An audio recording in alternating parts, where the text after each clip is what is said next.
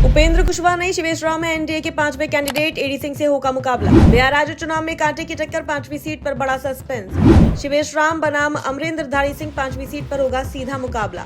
विधानसभा के आंकड़े एनडीए के पक्ष में, फिर भी 5वीं सीट पर है बड़ी टेंशन। सम्राट चौधरी का बड़ा दावा, एनडीए जीतेगा सभी 5 सीटें। बिहार की सियासत में इस वक्त राज्यसभा चुनाव को लेकर हलचल तेज है। सोमवार यानी 16 मार्च को राज्यसभा की 5 सीटों के लिए मतदान होना है। इस चुनाव को लेकर सत्ता पक्ष और विपक्ष दोनों ने पूरी ताकत झोंक दिया। संख्या बल के हिसाब से भले ही राष्ट्रीय जनतांत्रिक गठबंधन यानी एनडीए को बढ़त मिलती दिख रही हो, लेकिन 5वीं सीट को लेकर मुकाबला बेहद दिलचस्प और कांटे का हो गया है। एनडीए की ओर से उम्मीदवारों का ऐलान पहले ही किया जा चुका है। जनता दल यूनाइटेड ने अपने कोटे से मुख्यमंत्री नीतीश कुमार और वरिष्ठ नेता रामनाथ ठाकुर को मैदान में उतारा है। वहीं भारतीय जनता पार्टी की ओर से नितिन नवीन और शिवेश राम को उम्मीदवार बनाया गया है। इसके अलावा राष्ट्रीय लोक मोर्चा के अध्यक्ष उपेंद्र कुशवाहा को भी एक बार फिर राज्यसभा भेजने की तैयारी की जा रही है। दूसरी तरफ महागठबंधन की ओर से राष्ट्रीय जनता दल ने अमरेंद्र धारी सिंह को अपना उम्मीदवार बनाया है। इसी एक सीट को लेकर एनडीए और महागठबंधन के बीच असली सियासी लड़ाई देखने को मिल रही है। विधानसभा के संख्या बल पर नजर डालें तो तस्वीर काफी हद तक साफ दिखती है। बिहार विधानसभा में कुल 243 विधायक हैं और एक राज्यसभा सीट जीतने के लिए किसी भी उम्मीदवार को 41 वोटों की जरूरत होती है। फिलहाल एनडीए के पास करीब 202 विधायकों का समर्थन है। इस लिहाज से एनडीए के 4 उम्मीदवारों की जीत लगभग तय मानी जा रही है। 4 सीटें जीतने के बाद भी एनडीए के पास करीब 38 वोट बच जाते हैं, यानी 5वीं सीट जीतने के लिए एनडीए को सिर्फ 3 अतिरिक्त वोटों की जरूरत होगी। यही वजह है कि सीट को लेकर दोनों खेमों में जबरदस्त रणनीति बन रही है और विधायकों को अपने पक्ष में करने की कोशिश भी तेज हो गई। इसी रणनीति के तहत शनिवार को उपेंद्र कुशवाहा के आवास पर एनडीए विधायकों की एक अहम बैठक हुई। इस बैठक में चुनावी रणनीति पर विस्तार से चर्चा की गई और ये तय किया गया कि कौन सा विधायक किस उम्मीदवार को वोट करेगा।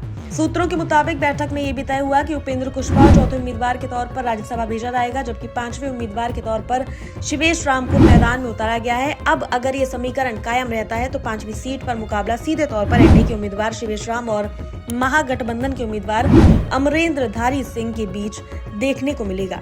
वहीं दूसरी तरफ महागठबंधन भी सीट को जीतने के लिए पूरा दम लगा रहा है। महागठबंधन की उम्मीदें सिर्फ अपने विधायकों पर ही नहीं बल्कि अन्य दलों के समर्थन पर भी टिकी हुई है। विधानसभा में राष्ट्रीय जनता दल और उसके सहयोगियों के पास करीब 35 विधायक हैं। इसके अलावा ऑल इंडिया मजलिस-ए-इत्तेहादुल मुस्लिमीन के पास 5 विधायक हैं और बहुजन समाज पार्टी के पास 1 विधायक है। अगर ये सभी विधायक एकजुट होकर राजद उम्मीदवार अमरेंद्र धारी सिंह को वोट देते हैं तो मुकाबला बेहद रोमांचक हो सकता है और महागठबंधन 5वीं सीट पर जीत दर्ज करने का दावा कर सकता है। इसी बीच एनडीए के नेता लगातार ये दावा कर रहे हैं कि गठबंधन पूरी तरह एकजुट है और 5 सीटें जीतने में उन्हें कोई परेशानी नहीं होगी।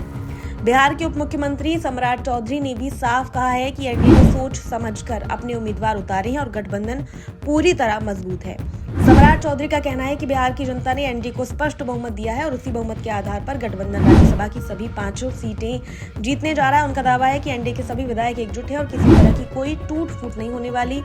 वहीं दूसरी ओर महागठबंधन के नेता भी जीत का दावा कर रहे हैं। राजद विधायक भाई वीरेंद्र ने कहा कि जो लोग सेक्युलर राजनीति में विश्वास रखते हैं वे सभी महागठबंधन के उम्मीदवार के साथ खड़े होंगे। भाई वीरेंद्र का कहना है कि महागठबंधन को जितने वोटों की जरूरत थी वह संख्या लगभग पूरी हो चुकी है और उम्मीद है कि यह आंकड़ा 45 से 50 तक पहुंच सकता है। उन्होंने दावा किया कि 5वीं सीट महागठबंधन की है और इसे उनसे कोई नहीं जीत सकता। कुल मिलाकर बिहार का राज्यसभा चुनाव सिर्फ संख्या का खेल नहीं रह गया बल्कि सियासी प्रतिष्ठा की लड़ाई बन चुका है। एक तरफ एनडीए अपनी ताकत के दम पर 5 सीटें जीतने का दावा कर रहा है तो दूसरी तरफ महागठबंधन भी पूरी मजबूती से मैदान में डटा हुआ है। अब सबकी नजरें 16 मार्च को होने वाले मतदान और उसके बाद आने वाले नतीजों पर टिकी हैं। ये देखना दिलचस्प होगा कि क्या एनडीए अपनी रणनीति में सफल होकर सभी 5 सीटों पर कब्जा कर पाता है या फिर महागठबंधन 5वीं सीट जीतकर सियासी समीकरणों को नया मोड़ दे देता है।